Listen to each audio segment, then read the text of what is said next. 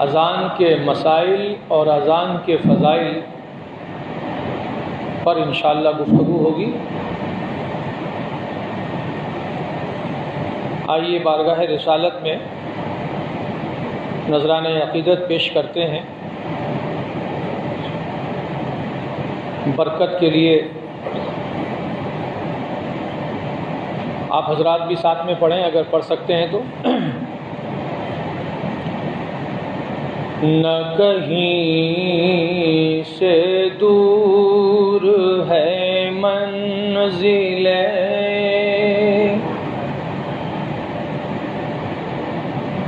نہ کوئی قریب کی بات ہے، نہ کہیں سے دور ہے منزل، نہ کوئی قریب کی بات ہے، جسے چاہے اس کو نواز دے، جسے چاہے اس کو نواز دے، یہ در حبیب کی بات ہے، جسے چاہے اس کو نواز دے، یہ در حبیب کی بات ہے، جسے چاہا در پہ بلا لیا،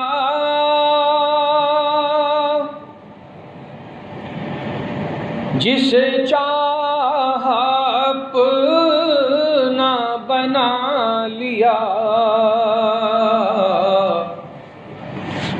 جسے چاہا در پہ بلا لیا، جسے چاہا اپنا بنا لیا، یہ بڑے کرم کے ہیں فیصلے، یہ بڑے نصیب کی بات ہے، یہ بڑے کرم کے ہیں فیصلے، یہ بڑے نصیب کی بات ہے۔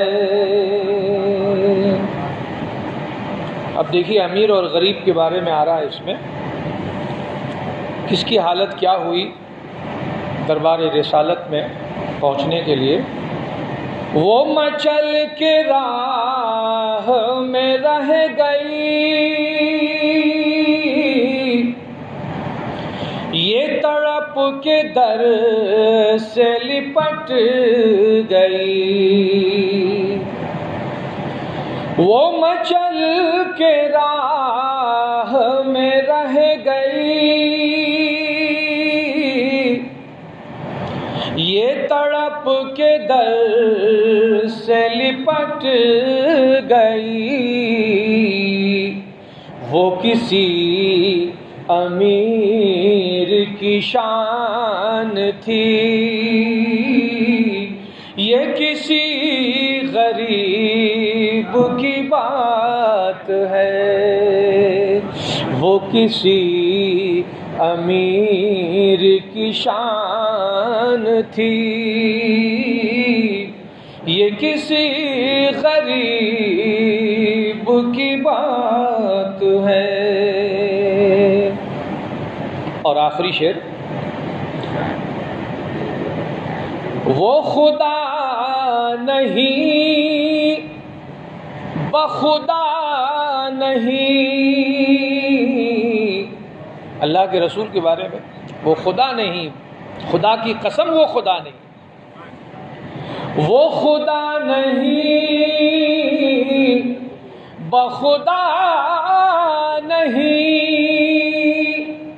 مگر خدا سے جدا نہیں، وہ ہے کیا مگر وہ ہے کیا نہیں، وہ ہے کیا مگر وہ ہے کیا نہیں، یہ محب حبیب کی بات ہے،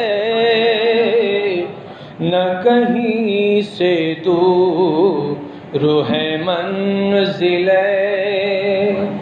نہ کوئی قریب کی بات ہے، جسے چاہے اس کو نواز دے، یہ در حبیب کی بات ہے۔ اللہم صلی علی سیدنا و مولانا محمد بارک وسلم، صلاۃ و سلام علیک یا رسول اللہ صلی اللہ تعالی علیہ وسلم۔ آج کا عنوان ہے اذان۔ ایک صاحب نے سوال کیا تھا کہ اذان کے بارے میں، خاص کر کے قبر میں اذان دینا، اس حساب سے میں نے آج کا عنوان بنایا ہے اذان۔ اذان کی حقیقت، اذان کے فضائل اور اذان کے مسائل، اس مختصر وقت میں انشاءاللہ کوشش کریں گے زیادہ سے زیادہ مسائل آ جائیں۔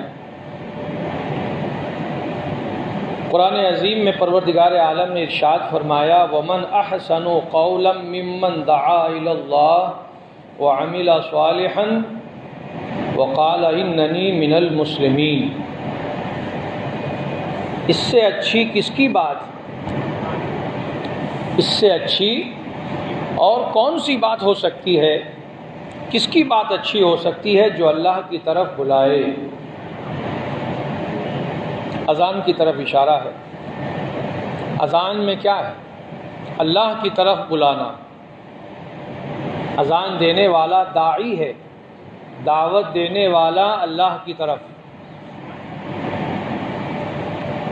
اللہ فرماتا ہے اس سے اچھی کس کی بات جو اللہ کی طرف بلائے اور نیک کام کرے اور یہ کہے کہ میں مسلمانوں میں سے ہوں۔ حدیث میں آتا ہے، حضرت امیر معاویہ رضی اللہ تعالی عنہ سے روایت ہے، میرے آقا صلی اللہ علیہ وسلم ارشاد فرماتے ہیں مؤذن کے بارے میں کہ مؤذنوں کی گردنیں قیامت کے دن سب سے زیادہ لمبی ہوں گی۔ گردن لمبی ہونے کا مطلب کیا ہے؟ فرماتے ہیں اس کا مطلب یہ ہے کہ اس کو بہت زیادہ ثواب ملے گا۔ گردن لمبی ہونے کا مطلب یہ نہیں کہ گردن ابھی اگر 1 فٹ کی ہے تو 2 فٹ ہو جائے گی، 4 فٹ ہو جائے گی، نہیں۔ چونکہ وہ امت محمدیہ کو اللہ کی طرف بلا رہا ہے، اللہ کی طرف بلانے کی دعوت دے رہا ہے، اس لیے بے پناہ اس کا ثواب ہے، بے پناہ ثواب ہے، بے حساب ثواب ہے۔ کہتے ہیں کہ گردن لمبی ہونے کا مطلب یہ ہے کہ ثواب بہت زیادہ ہے۔ کسی بندے کو اگر کسی کام میں شرمندگی ہوتی ہے تو اس کا گردن جھکا ہوتا ہے، اس کا گردن شرم سے جھکا ہوتا ہے، اور گردن لمبی ہونے کا مطلب یہ ہے کہ اس کو کسی سے کوئی امید ہے، اور جس سے امید ہے اس کی طرف اس کی گردن لمبی ہوتی ہے۔ تو اللہ کی رحمت کی طرف گویا کہ اس کی گردن لمبی ہوتی ہے، یعنی اللہ کی رحمت اس کی طرف آتی ہے۔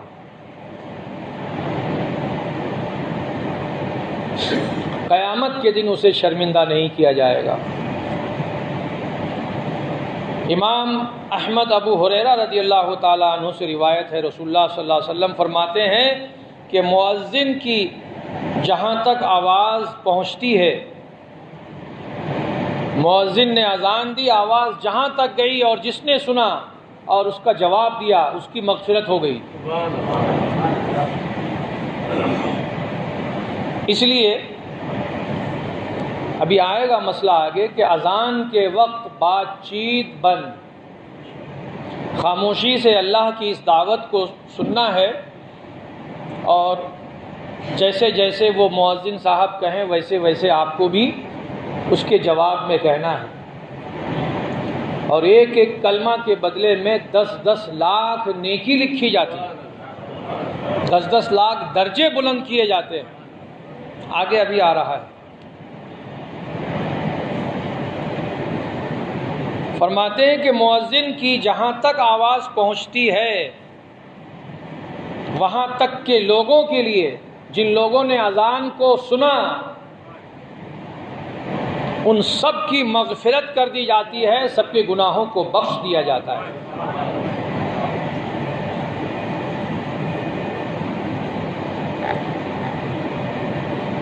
اور فرماتے ہیں کہ ہر خشک و تر جس نے اس کی آواز سنی وہ سب کے سب گواہی دیتے ہیں۔ زمین نے سنی، آسمان نے سنا، پہاڑوں نے سنا، درختوں نے سنا، جس نے بھی آواز سنی، آواز اذان کی آواز، سب کے سب گواہی دیتے ہیں، یہاں تک کہ پتھر بھی گواہی دیتے ہیں، ڈھیلا اور کنکر بھی گواہی دیتے ہیں۔ حدیث میں آتا ہے، بخاری شریف، مسلم شریف اور مالک اور ابو داؤد، ابو ہریرہ رضی اللہ تعالیٰ عنہ سے روایت ہے، فرماتے ہیں میرے آقا صلی اللہ علیہ وسلم جب اذان کہی جائے شیطان بھاگتا ہے۔ شیطان کو بڑی تکلیف ہوتی ہے اذان سے، یہاں تک اتنی تیزی سے بھاگنے لگتا ہے کہ اس کے کان میں اذان کی آواز نہ آئے، سننے نہ پائے، بڑی تیزی سے بھاگتا ہے وہ، اور جب اذان کی آواز ختم ہو جاتی ہے تو پھر دوڑ کے آ جاتا ہے۔ تو شیطان کو اگر بھگانا ہے تو اذان دی جائے،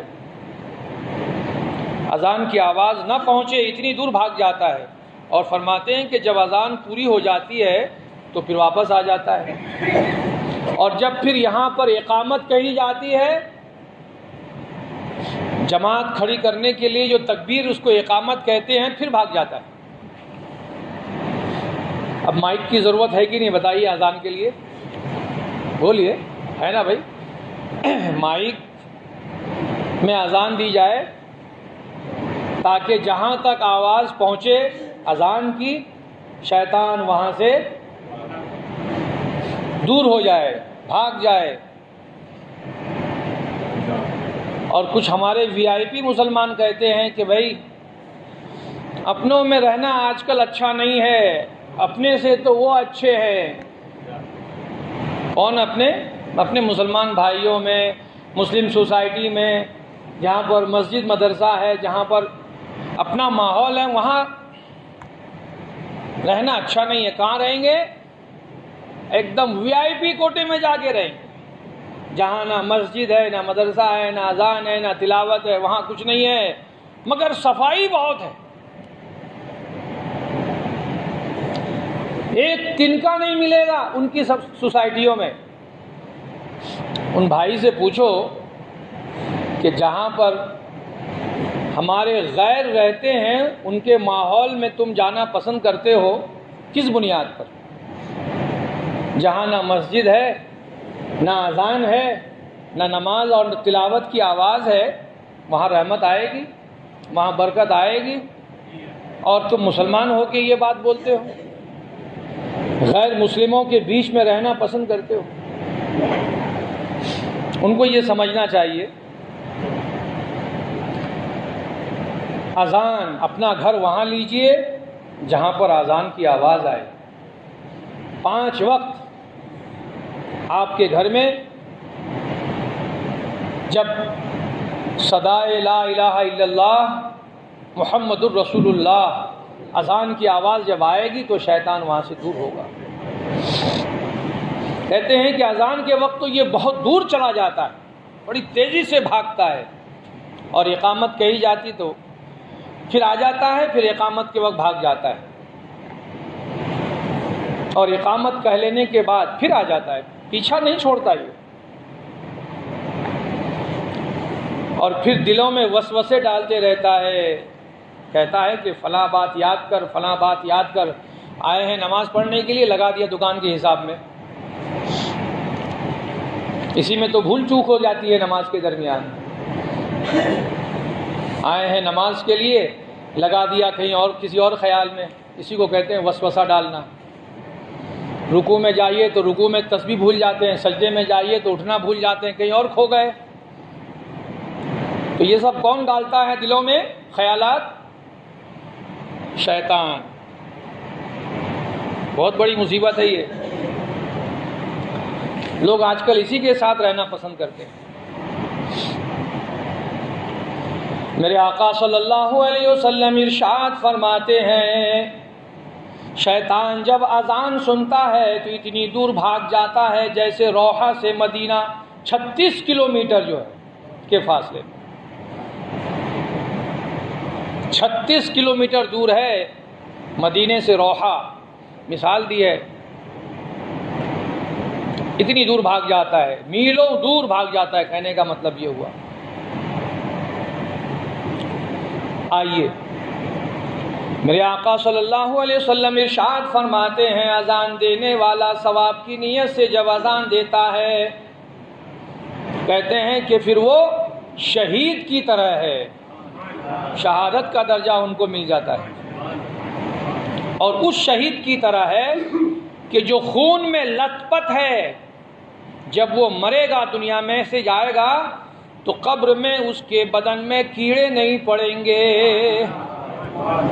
گارنٹی دے دیا اللہ کے رسول صلی اللہ علیہ وسلم نے۔ میں تو کہتا ہوں جتنے لوگ بیٹھے ہیں سب مؤذن بن جاؤ،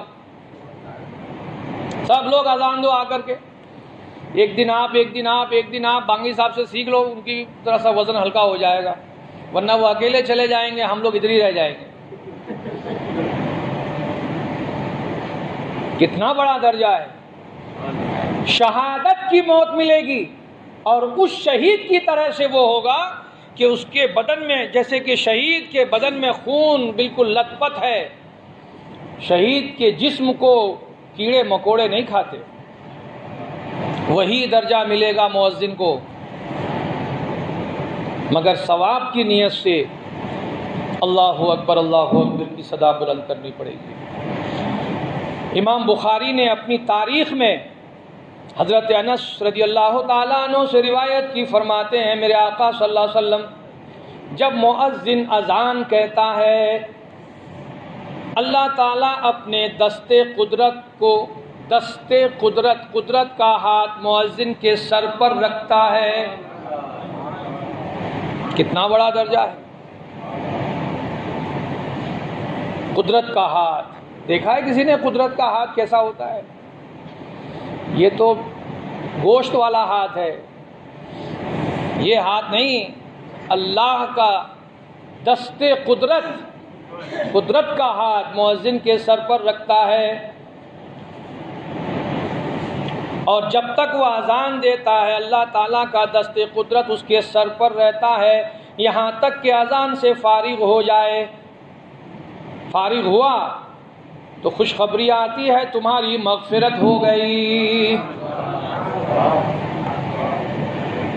مؤذن اللہ اکبر اللہ اکبر اللہ اکبر، کتنا بڑا مقام ہے مؤذن کا۔ جب تک اذان دیتا ہے تو رب کا دست قدرت اس کے سر پر، اور جب اذان مکمل ہو گئی تو خوشخبری آئی تمہیں بخش دیا، مغفرت کر دی گئی۔ اور جہاں تک آواز پہنچے، جب وہ فارغ ہوتا ہے اللہ تعالیٰ فرماتا ہے میرے بندے نے سچ کہا۔ جب وہ اذان سے فارغ ہو گیا تو اللہ گواہی دیتا ہے کہ میرے بندے نے جو اذان میں کہا بالکل سچ کہا۔ اور تو نے اے میرے بندے حق کی گواہی دی، لہٰذا تجھے بشارت ہو، تو خوشخبری اس کے لیے ہے کہ تیری مغفرت ہو گئی۔ طبرانی میں ہے، حضرت انس رضی اللہ تعالی عنہ سے روایت ہے، میرے آقا رحمت عالم نور مجسم صلی اللہ علیہ وسلم ارشاد فرماتے ہیں، جس بستی میں اذان کہی جائے، جس محلے میں اذان کہی جائے، جس سوسائٹی میں اذان کہی جائے، جس علاقے میں اذان کہی جائے، اللہ تعالیٰ اپنے عذاب سے اس دن اسے امن دے دیتا ہے۔ اس دن اپنے عذاب سے امن دے دیتا ہے، عذاب وہاں سے ہٹا لیتا ہے جب تک اس کی بات ہوتی ہے۔ حدیث نمبر 8، سرور عالم صلی اللہ علیہ وسلم نے ارشاد فرمایا، جس قوم میں صبح کو اذان ہوئی، صبح کو اذان ہوئی فجر کی، ان کے لیے اللہ کے عذاب سے شام تک امان ہے۔ اب فجر میں اذان ہوئی، اس پورے محلے میں جہاں تک آواز گئی، شام تک امان ہی امان ہے، امن ہی امن ہے۔ اچھا کبھی ہے 10 نومبر۔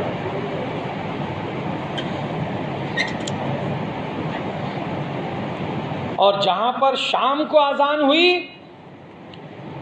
ان لوگوں کے لیے اللہ کے عذاب سے صبح تک امان ہے۔ صبح اذان ہوئی تو شام تک آپ کی حفاظت، عذاب نہیں آئے گا، اور شام میں اذان ہوئی تو صبح تک۔ تو فجر کی اذان نے عشاء کی اذان تک اللہ کے عذاب سے محفوظ رکھا، اور عشاء کی اذان نے صبح تک، فجر تک آپ کو اللہ کے عذاب سے محفوظ رکھا۔ یہ ہے اذان۔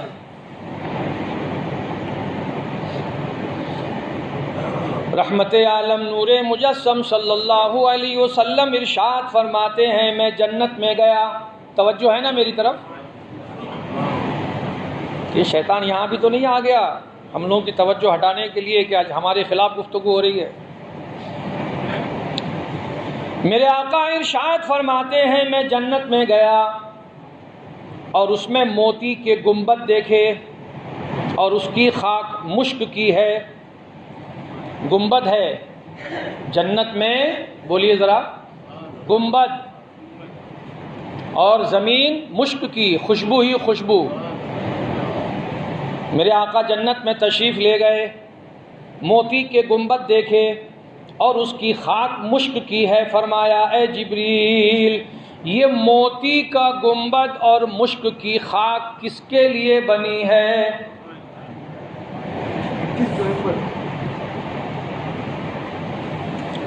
جبریل نے عرض کیا، میرے آقا آپ کے امت کی مؤذنوں اور اماموں کے لیے ہے۔ آپ کے امت میں جو اذان دینے والے ہیں اور امامت کرنے والے ہیں، ان کے لیے یہ گنبد موتیوں والا اور خاک مشک کی، اور یہ کہاں ہے؟ جنت میں۔ اذان کا درجہ، اذان ہی کی وجہ سے سب کچھ ہے۔ سرور کائنات فخر موجودات صلی اللہ علیہ وسلم ارشاد فرماتے ہیں، اگر لوگوں کو معلوم ہوتا کہ اذان کہنے میں کتنا ثواب ہے تو آپس میں تلواریں لے کر نکلتے لڑنے کے لیے کہ میں اذان دوں گا، میں اذان دوں گا۔ کتنا ثواب۔ ترمذی شریف ہے، ابن ماجہ شریف ہے، ابن عباس رضی اللہ تعالی عنہما سے روایت ہے، میرے آقا فرماتے ہیں، جس نے 7 سال ثواب کے لیے اذان کہی، اللہ تعالیٰ اس کے لیے جہنم سے براءت لکھ دے گا، آزاد، جہنم سے آزاد۔ 7 سال جس نے اذان دی، اللہ تعالیٰ نے ان کے لیے جہنم سے آزادی کا پروانہ لکھ دیا۔ حدیث نمبر 12، ابن ماجہ و حاکم ابن عمر رضی اللہ تعالیٰ عنہ سے روایت ہے، فرماتے ہیں صلی اللہ علیہ وسلم جس نے 12 سال اذان کہی اس کے لیے جنت واجب ہو گئی۔ کتنے سال میں؟ 12 سال اذان دی جس نے، جنت اس کے لیے واجب ہو گئی۔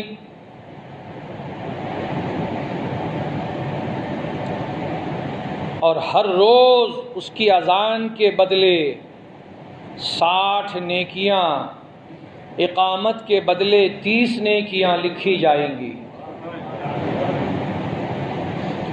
بیہقی میں ہے، حضرت ثوبان رضی اللہ تعالیٰ عنہ سے روایت ہے، میرے آقا ارشاد فرماتے ہیں جس نے سال بھر اذان مسلسل دی اس کے لیے جنت واجب ہو گئی۔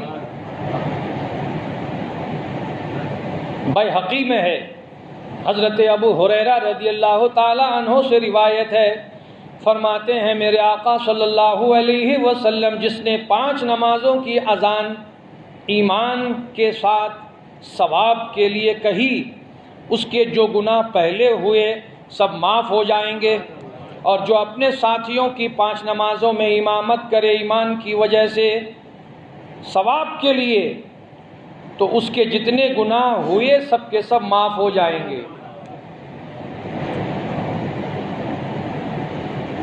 حدیث نمبر 5 ابن عساکر حضرت انس رضی اللہ تعالی عنہ سے روایت ہے، فرماتے ہیں میرے آقا صلی اللہ علیہ وسلم جو سال بھر اذان کہے تو قیامت کے دن انہیں بلایا جائے گا اور جنت میں دروازے پر کھڑا کیا جائے گا اور ان سے کہا جائے گا جس کے لیے تو چاہے شفاعت کر دے۔ پکڑ لو مؤذن صاحب کو ابھی سے، کہاں ہے مؤذن؟ آج ہے ہی نہیں وہ بانگی صاحب، کہاں ہیں؟ جنت کے دروازے پر ابھی تو نہیں پہنچ گئے ہیں؟ معمولی چیز نہیں ہے یہ اذان اور نماز۔ آج ہمارا مزاج کچھ اور ہو گیا ہے، ماڈرن ہو گیا ہے، لیکن اللہ کے رسول صلی اللہ علیہ وسلم نے خوشخبری دی کہ مؤذن کو قیامت کے دن بلایا جائے گا اور جنت میں دروازے پر کھڑا کیا جائے گا اور ان سے کہا جائے گا جس کو تو چاہے جنت میں داخل کر دے۔ سب لوگ مصافحہ کر کے نذرانہ دو آج کہ ہم نے دیا تھا آپ کو 10 روپیہ، ہمیں بھی لے چلیے۔ حدیث نمبر 16 میرے آقا ارشاد فرماتے ہیں مؤذنوں کا حشر حساب و کتاب یوں ہوگا، جنت کی اونٹنیوں پر وہ سوار ہوں گے، ان کے آگے آگے حضرت بلال رضی اللہ تعالی عنہ ہوں گے، سب کے سب بلند آواز سے اذان وہاں بھی کہیں گے۔ اللہ کتنا خوش ہوگا، اللہ اکبر اللہ اکبر، اللہ سب سے بڑا ہے، اللہ سب سے بڑا ہے۔ تعریف ہی تو ہے، ابھی آپ کی تعریف کروں کتنے خوش ہو جائیں گے۔ امام صاحب چلیے آج چکن تندوری کی دعوت لے لیجئے، جس کی تعریف کی جاتی ہے وہ خوش ہو جاتے ہیں، پھر انعامات سے نوازنے لگ جاتے ہیں۔ تو اذان تو اللہ کی تعریف ہے، اللہ کے رسول کی تعریف ہے، اس لیے سب کو مؤذن بننا چاہیے۔ امام بننا ذرا مشکل ہے، مدرسہ جانا پڑے گا پڑھنے کے لیے۔ مؤذن بننے کے لیے یہیں آ جایا کیجیے، ہمارے بانگی صاحب بنا دیں گے۔ فرماتے ہیں کہ آگے آگے حضرت بلال ہوں گے، سب کے سب بلند آواز سے اذان کہتے ہوئے آئیں گے، لوگ ان کی طرف دیکھیں گے، پوچھیں گے یہ کون لوگ ہیں، کہاں جا رہے ہیں، کہاں یہ کون لوگ ہیں؟ کہا جائے گا یہ امت محمد صلی اللہ علیہ وسلم کے مؤذن ہیں۔ حضرت بلال کی نگرانی میں یہ لوگ جائیں گے، ان کے ساتھ ہی میں سارے مؤذنوں کا حشر ہوگا۔ کون سے مؤذن؟ امت محمدیہ کے مؤذن اور صحیح العقیدہ مؤذن۔ اور اس دن خوشخبری یہ ہوگی مؤذنوں کے لیے کہ لوگ تو ڈرے ہوئے سہمے ہوئے رہیں گے میدان محشر میں، مگر ان کو کوئی ڈر نہیں ہوگا، کوئی خوف نہیں ہوگا، کوئی غم نہیں ہوگا، بنداس دنیا کی زندگی میں جو ان کا نام لیتا رہا ان کو کہاں سے خوف آئے گا؟ یہ خوشخبری تو اولیاء اللہ کے لیے بھی ہے قرآن میں. آج حدیث پڑھ کے سنا رہا ہوں تو یہاں سے بھی خوشخبری مل رہی ہے مؤذنوں کے لیے.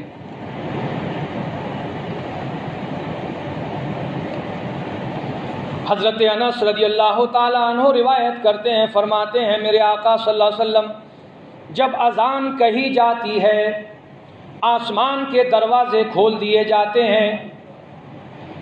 جب اذان کہی جاتی ہے تو آسمان کے دروازے کھول دیے جاتے ہیں اور جو دعا کرتے ہیں دعا قبول ہوتی ہے. اور جب اقامت کا وقت ہوتا ہے دعا رد نہیں کی جاتی. ابو داؤد اور ترمذی نے روایت کی ہے کہ رسول اللہ صلی اللہ علیہ وسلم نے فرمایا اذان و اقامت کے درمیان اذان ہو گئی پھر جماعت کے وقت جو ہوتی ہے اس کو اقامت کہتے ہیں. اس بیچ میں جو دعا مانگو گے حلال جائز وہ رد نہیں ہوتی، وہ دعا قبول ہوتی ہے.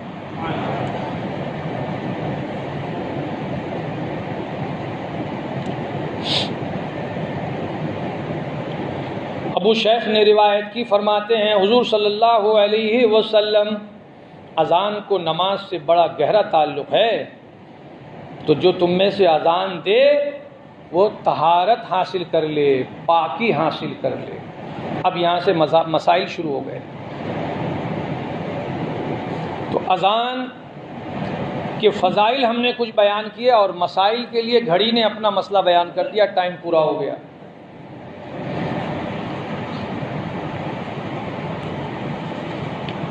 انشاءاللہ اس کو ہم جاری رکھیں گے کئی جمعے تک اذان کے بارے میں.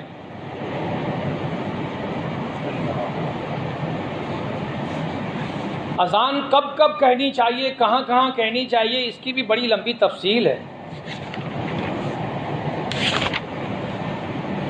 بچے کے کان میں بھی اذان دینی چاہیے.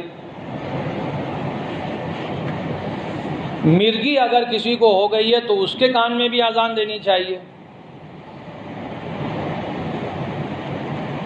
بد مزاج آدمی ہے وہاں بھی اذان دینی چاہیے. شیطان نے اس کو بد مزاج بنایا ہوگا، اذان دو ٹھیک ہو جائے گا. جانور کبھی کبھی پاگل ہو جاتے ہیں تو وہاں بھی اذان دینا چاہیے. اور آگ لگ جائے کہیں پر وہاں بھی اذان دینی چاہیے، آگ بجھنے کے لیے، بجھانے کے لیے. کوئی مر جائے تو دفن کے بعد وہاں بھی اذان دینی چاہیے تاکہ سوال و جواب میں آسانی ہو جائے. ان ساری جگہوں میں اذان دینا مستحب ہے.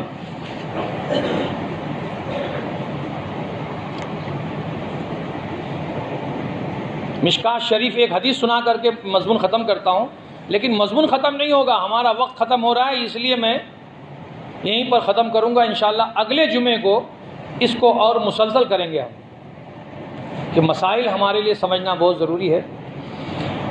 مشکات شریف ہے، کتاب الجنائز ہے، باب ما یقال عند من حضرہ الموت. کیا ہے؟ لقنوا موتاکم لا الہ الا اللہ. اپنے مردوں کو سکھلاؤ لا الہ الا اللہ، تلقین کرو. جب قبر میں آپ دفن کر دیں تو وہاں تلقین کریں. دنیاوی زندگی ختم ہونے پر انسان کے لیے دو بڑے خطرناک وقت ہیں، ایک تو جاں کنی کا عالم اور دوسرا جو ہے قبر میں سوال و جواب جب ہوگا وہ وقت. یہ دونوں وقت بہت ہی خطرناک ہے. جاں کنی کے وقت میں بھی جب روح بس اب نکل رہی ہے تب نکل رہی ہے، یہ وقت جو ہوتا ہے نا جاں کنی، جان نکلنے کا جو وقت ہوتا ہے. ابھی سنت نہ پڑھیں، سنت پڑھنے کے لیے ٹائم دیں گے ہم. بیان کے وقت کوئی بھی سنت نہ پڑھیں. تو جاں کنی کا جو وقت ہوتا ہے، روح نکلنے کا وقت، یہ بڑا خطرناک وقت ہوتا ہے. کیونکہ زندگی بھر جو آپ نے عبادتیں کی ہیں، روزہ، نماز، حج، زکوٰۃ، صدقہ، فطرہ جو بھی ہے، اگر اس وقت میں آپ کا ایمان سلامت ہے تو یہ سب سلامت ہے۔ پوری زندگی کی کمائی سلامت ہے، کب؟ جب جانکنی کے وقت میں ایمان سلامت ہے۔ اس وقت اگر بہکا دیا اور زبان میں کلمہ جاری نہیں ہوا، ایمان گیا اپنے ہاتھ سے، تو پوری زندگی کی کمائی، دولت کی کمائی نہیں، عبادت کی کمائی، نیکیوں کی جو کمائی ہم نے کی ہے، یہ سب ختم۔ تو ایک وقت تو یہی، اور دوسرا جو ہے سوال و جواب کے وقت۔ فرماتے ہیں کہ اگر خاتمہ بالخیر نہ ہو، ایمان پر خاتمہ نہ ہو، تو زندگی بھر کا کیا دھرا سب برباد۔ اور اگر قبر کے امتحان میں ناکام ہو گیا، قبر کا جو سوال ہے وہ تو سب کو پتہ ہے، جواب بھی یہ سب کو پتہ ہے کہ کیا سوال و جواب ہوگا۔ من ربک، اب اگر وہاں یہ کہہ دیا ہا لا ادری، مجھے نہیں معلوم، ماں دینوں کا، ہا لا ادری نہیں معلوم، افسوس نہیں معلوم، ماذا کنت تقول فی شان ھذا الرجل، میرے آقا کا چہرہ دکھایا جائے گا اور یہ سوال ہوگا اس دنیا کی زندگی میں ان کو کیا کہتے تھے؟ تو ہم سنی کہہ دیں گے یا نبی سلام علیکہ کہتے تھے، اور جو یا نبی سلام علیکہ پڑھنے میں یہاں پر تکلیف ہوتی تھی یہ یہی کہیں گے ہا لا ادری، دنیا کی زندگی میں تو ہم نے ان کو یاد ہی نہیں کیا،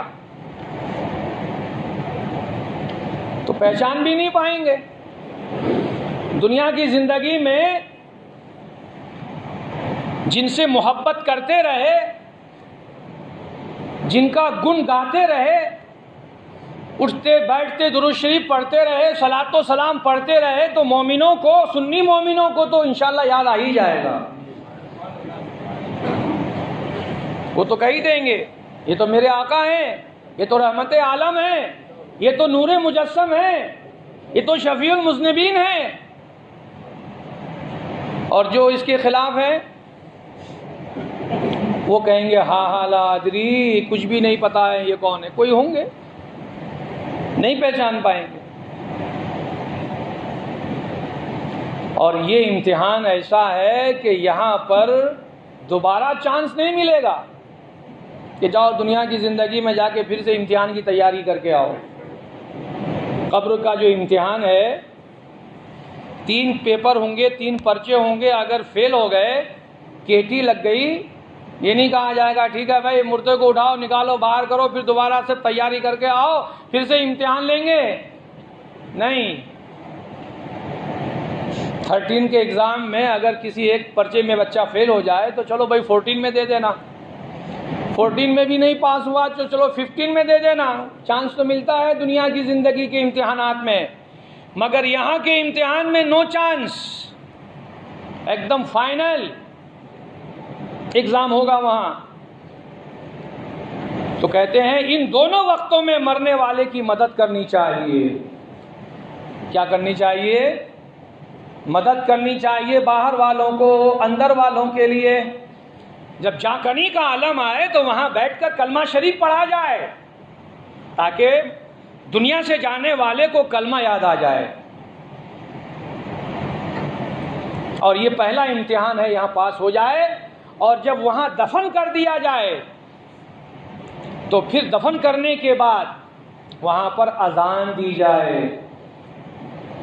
کیا دی جائے؟ بولیے، اذان دی جائے، اللہ اکبر اللہ اکبر کی صدا بلند کی جائے تاکہ وہاں کے امتحان میں بھی پاس ہو جائے۔ کہتے ہیں مرتے وقت کلمہ پڑھ پڑھ کر سنائیں، اور دفن کے بعد اس وقت کلمے کی آواز پہنچائیں، اور اس وقت تو وہ کلمہ پڑھ کر دنیا سے جائے اور اب اس امتحان میں کامیاب ہو۔ لہذا حدیث کا مطلب یہ ہوا کہ جو مر رہا ہو اس کو کلمہ سکھاؤ، اور دوسرا یہ جو مر چکا ہے اس کو کلمہ سکھاؤ، دونوں کو کلمہ سکھاؤ۔ لقنوا۔ آج کچھ لوگ اعتراض کرتے ہیں کہ بھئی دفن ہونے کے بعد قبرستان میں اذان دینے کی ضرورت نہیں ہے وہ بھی کلمہ پڑھنے والا۔ اور یہاں پر حدیث میں آتا ہے کہ کلمہ سکھاؤ. کیسے سکھاؤ گے آپ؟ کیسے سکھاؤ گے؟ مرنے کے وقت میں جانکنی کے عالم میں اس کی حالت خراب ہے تو وہاں بیٹھ کر کلمہ پڑھو. اور جب ان کو آپ نے رخصت کر دیا اس دنیا کی زندگی سے، وہ منتقل ہو کر کے دوسری دنیا میں گئے، اب وہاں پر بآواز بلند اذان دی جائے، درود شریف پڑھی جائے، فاتحہ پڑھی جائے، ایصال ثواب کی جائے، یہ اس کی مدد ہے.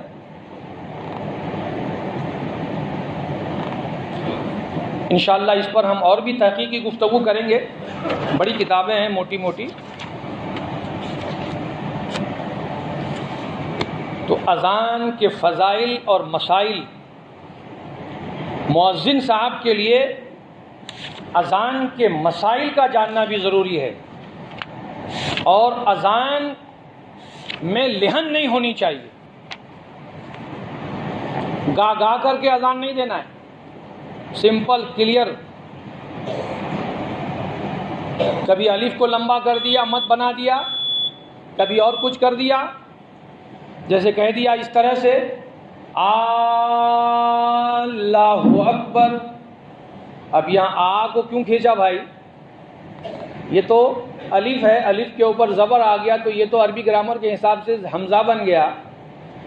اللہ اکبر کہنا ہے آپ کو، کھینچ کھانچ کر کے لمبا چوڑا کر دیا. اگر اذان میں سے کسی بھی حرف کو جہاں کھینچنا نہیں ہے، عربی گرامر کے حساب سے آپ کو کھینچنے کی اجازت وہاں ہے جہاں پر واو مدہ ہے، تھوڑا سا کھینچنا ہے، یا مدہ ہے، یا الف مدہ ہے، یا پھر چھوٹی مد ہے یا بڑی مد ہے، وغیرہ وغیرہ. یہ سب گرامری لوگ جانتے ہیں جو اذان دیتے ہیں. اور جہاں پر کھینچنے کا قانون نہیں ہے وہاں پر گانے کے طرز میں کھینچ کھانچ کر کے لمبا چوڑا کر دیا، یہ جائز نہیں ہے. اس کو لہن کہتے ہیں، یہ حرام ہے. اسی طرح سے زبر کو زبر پڑھنا ہے، زبر کو الف نہیں بنانا ہے. مثال کے طور پر سورہ فاتحہ میں آئیے، آخری بات اہدنا الصراط بولیے کیا ہے؟ مستقیم. مستقیم میں جو تا ہے، تا کے اوپر زبر ہے. اب پڑھنے میں اگر یوں کر دیا اہدنا الصراط مستقیم، کیا کہہ دیا؟ مستقیم. تا کے زبر کو الف بنا دیا. تو زبر کو آپ نے الف بنا دیا، معاملہ گول ہو گیا، نماز آپ کی سمٹ گئی، نماز ہوئی نہیں. مستقیم زبر کو جلدی پڑھا جاتا ہے، اس میں ذرا بھی آپ کو ٹھہرنا نہیں ہے اور آپ کو کھینچ کھانچ نہیں کرنا ہے. اس طرح سے جو ہے قرآن پڑھنے کے گرامر کو تجوید کہتے ہیں. تجوید کی معلومات بھی امام کے لیے بھی ضروری ہے، مؤذن کے لیے بھی ضروری ہے، اور ہر قرآن پڑھنے والے کے لیے تجوید کی معلومات ضروری ہے. اگر آپ سب لوگ آ جائیں تو ہم عشاء بعد بیٹھ جایا کریں گے تجوید سکھانے کے لیے، میری ڈیوٹی ہے وہ. مگر آپ آئیں گے تب قرآن کیسے پڑھا جاتا ہے، زبر کیسے پڑھا جاتا ہے، زیر کیسے پڑھا جاتا ہے، مد کیسے پڑھا جاتا ہے، ہم سب کچھ سکھائیں گے اگر آپ عشاء بعد ٹائم دیں گے تو. اور مہینے 2 مہینے میں انشاءاللہ قرآن ایک دم فرسٹ کلاس ہو جائے گا. پھر آپ امام صاحب بن جائیں گے، ہم گھر چلے جائیں گے. مجھے تو اپنا نائب بنانا ہے نا، ریٹائر ہونے والا ہوں میں. 20 سال مکمل ہو گئے ہیں. 20 سال کی امامت پر ایوارڈ بھی مجھے مل چکا ہے. تو میں چاہتا ہوں کہ کچھ لوگ امامت کا کورس کر لیں اور بانگی صاحب بھی ریٹائر ہو رہے ہیں. آپ کے کتنے سال ہو گئے؟ بہت ہو گیا. 20 سال کے بعد تو آپ کو رہنے نہیں چاہیے تھا. تو آپ بھی کچھ اپنا نائب بنا دیجئے، یہ لوگ سنبھالیں، ہم لوگ اپنے اپنے ملک چلیں. تو یہ دین کا کام ہے، یہ سب کو کرنا ہے. آپ نے ہمیں محبت سے رکھ لیا ہے، ہم کر رہے ہیں. ان کو آپ نے محبت سے رکھا ہے، آپ کر رہے ہیں. لیکن یہ دینی ذمہ داری ہے، یہ ملی ذمہ داری ہے، یہ مذہبی ذمہ داری ہے. آپ میں سے ہر ایک کو امامت کرنے آنا چاہیے اور ہر ایک کو اذان بھی آنا چاہیے. یہ ہمارا مذہبی کام ہے. مسئلہ و مسائل سیکھنا ہے اور تھوڑی سی مشق کر لینی ہے. انشاءاللہ آپ میں سے بہت سے لوگ ایسے ہیں جو امام بھی بن سکتے ہیں اور مؤذن بھی بن سکتے ہیں، اذان بھی دے سکتے ہیں، نماز بھی پڑھا سکتے ہیں. یہ کوئی بہت بڑا مسئلہ نہیں ہے. سال 6 مہینہ بھی محنت کر لیے تو بہت ہو جائے گا. اور ساتھ ہی ساتھ ایک اعلان بھی ہے، کل بعد نماز عشاء اعلیٰ حضرت عظیم البرکت مجدد دین و ملت الشاہ امام احمد رضا خان فاضل بریلوی رحمۃ اللہ علیہ کا 100 سالہ عرس مبارک میرا روڈ میں سارے علماء اور ائمہ میرا بھیندر سنی جماعت کے جو امام علماء ہیں وہ سب مل کر کے اس پروگرام کو منا رہے ہیں. نیلم پارک جہاں پر بیان ہوتا ہے محرم کا، یعنی اعلیٰ حضرت کے وصال کو 100 سال پورے ہو رہے ہیں 25 صفر کو. دنیا کے ہر کونے میں اعلیٰ حضرت کا 100 سالہ عرس منایا جا رہا ہے. بریلی شریف میں بھی، ہندوستان کے ہر جگہ میں، ہر کونے میں جہاں اہل سنت والجماعت ہیں. اور میرا روڈ میں ہم لوگوں نے ایک تنظیم بنائی ہے، میرا بھیندر کے جتنے سنی علماء ہیں، امام ہیں، اس کا نام رکھا ہے تنظیم علماء اہل سنت میرا بھیندر. تقریباً 100 سے زیادہ امام اور علماء اس میں جڑے ہوئے ہیں میرا بھیندر میں. اور اس کمیٹی کا صدر مجھے ہی بنایا ہے ان لوگوں نے، اور گنگا کے امام صاحب کو سرپرست بنایا ہے. اور اس تنظیم کی طرف سے اعلیٰ حضرت کے 100 سالہ عرس مبارک کا اہتمام کیا گیا ہے. اور آپ سبھی کو دعوت دی جا رہی ہے کہ آپ حضرات کل بعد نماز عشاء نیلم پارک میں اس پروگرام میں ضرور شرکت فرمائیں اور اعلیٰ حضرت کی بارگاہ میں خراج عقیدت پیش کریں. انہوں نے سنیت کی حفاظت اور سنیت کے بچاؤ کے لیے بہت بڑی خدمت کی ہے. فتاوی رضویہ اتنی موٹی موٹی جلدیں ہیں، تقریباً 20 جلدیں ہیں جو اعلیٰ حضرت کے فتوے ہیں. آج پوری دنیا سنیت میں اعلیٰ حضرت کی ان کتابوں کے ذریعے سے مفتیان کرام فتویٰ آپ کو دیتے ہیں اور آپ تک مسائل پہنچاتے ہیں. تو ہندوستان، پاکستان، بنگلہ دیش، دنیا میں ہر جگہ ان کا یہ 100 سالہ پروگرام منایا جا رہا ہے. وصال کا عرس ہے یہ. آپ سبھی حضرات اس میں شرکت کریں. اور ہمارے انتظامیہ کمیٹی نے یہ آپ لوگوں کو دعوت دی ہے کہ نومبر کے مہینے میں عید میلاد النبی کا جو مہینہ آنے والا ہے انشاءاللہ، ہر سال ریڈین سے یہاں سے جلوس نکل کر پولیس چوکی نیا نگر میں جاتا ہے، پھر وہاں سے پورا جلوس ایک ساتھ ہو کر کے پورے شہر میں جلوس محمدی جو گشت کرتا ہے. اس بار بھی آپ لوگوں کو پوری تیاری کرنی ہے. تیاری کے لیے انشاءاللہ پھر جو جمعہ آئے گا ہم اس میں بیان کریں گے کیا کیا تیاریاں کرنی ہیں آپ کو. لیکن آپ ذہن بنائیے کہ ربیع الاول کا مہینہ آ رہا ہے اور سرکار کی بارگاہ میں ہم سبوں کو خراج محبت، خراج عقیدت، نذران عقیدت پیش کرنی ہے جلوس کی شکل میں، اور جگہ جگہ پروگرام بھی کرنا ہے سرکار کے بارگاہ میں خراج عقیدت پیش کرنے کے لیے. تو یہ اگلے مہینے کی شاید 21 نومبر کو یہ مہینہ پروگرام آ رہا ہے. تو اس کے لیے بھی تیاری ابھی سے شروع کریں. اور یہ سمجھ لیجئے کہ یہ ریڈین مسجد ایک حساب سے مرکزی مسجد بن گئی ہے. آپ کو یہ بھی میں خوشخبری سناؤں کہ تنظیم علماء اہل سنت میرا بھیندر کی ہیڈ آفس یہی مسجد ہے، جبکہ یہاں اس سے بھی بڑی بڑی مسجدیں ہیں، لیکن تنظیم کی یہی ہیڈ آفس ہے. دوسرا یہ کہ میرا بھیندر میں چاند کے جو فیصلے ہوتے ہیں، چاند کمیٹی جس کو کہتے ہیں، رویت ہلال کمیٹی، اس کی بھی یہی مرکزی آفس ہے. یہیں سے ہمیشہ ہر چاند کے بارے میں اعلان کیا جاتا ہے جس کا نام ہے مرکزی سنی رویت ہلال کمیٹی میرا بھیندر. اس کی بھی ہیڈ آفس آپ کی ریڈین مسجد ہے. تو چاند کا بھی اعلان یہیں سے ہمیشہ ہوتا رہا ہے اور ہوتا رہے گا. اسی حساب سے سارے علماء نے مل کر کے اس مسجد کو مرکزی حیثیت دی ہے کہ چاند کا بھی اعلان یہیں سے ہوگا اور سارے علماء کی جو تنظیم ہے وہ جو بھی فیصلہ کریں گے یہیں سے ہوگا، یہیں سے انشاءاللہ وہ فیصلہ بھی آپ کو سنایا جائے گا. تو آپ حضرات کی اس میں تعاون کی ضرورت ہے کہ آپ حضرات پروگرام میں شرکت کریں. آج رات میں بھی کہیں پروگرام ہے نیا نگر میں سنی دعوت اسلامیوں کا، اس میں بھی آپ حضرات شرکت کریں. اس کے بعد اتوار کو بھی حضور اشرف العلماء سید حامد اشرف صاحب بھائی آپ کا بھی ان سے اشرف العلماء منایا جا رہا ہے، اس میں بھی آپ حضرات شرکت کریں. بھارت پوسٹر وغیرہ سب جگہ ذریعے میں ہے، تعریف وغیرہ دیکھنا. اتوار کے دن وہاں بھی پروگرام ہے. مسلسل 3 پروگرام ہیں. آج نیا نگر میں پروگرام ہے، کل نیلم پارک میں پروگرام ہے، اور پرسوں اس سے اشرف العلماء سید حامد اشرف صاحب آپ کا اس سے مبارک بمبئی میں زکریا مسجد کے آس پاس میں ہے، اس میں بھی آپ کو دعوت دی جا رہی ہے۔ واقع دعوانا الحمدللہ۔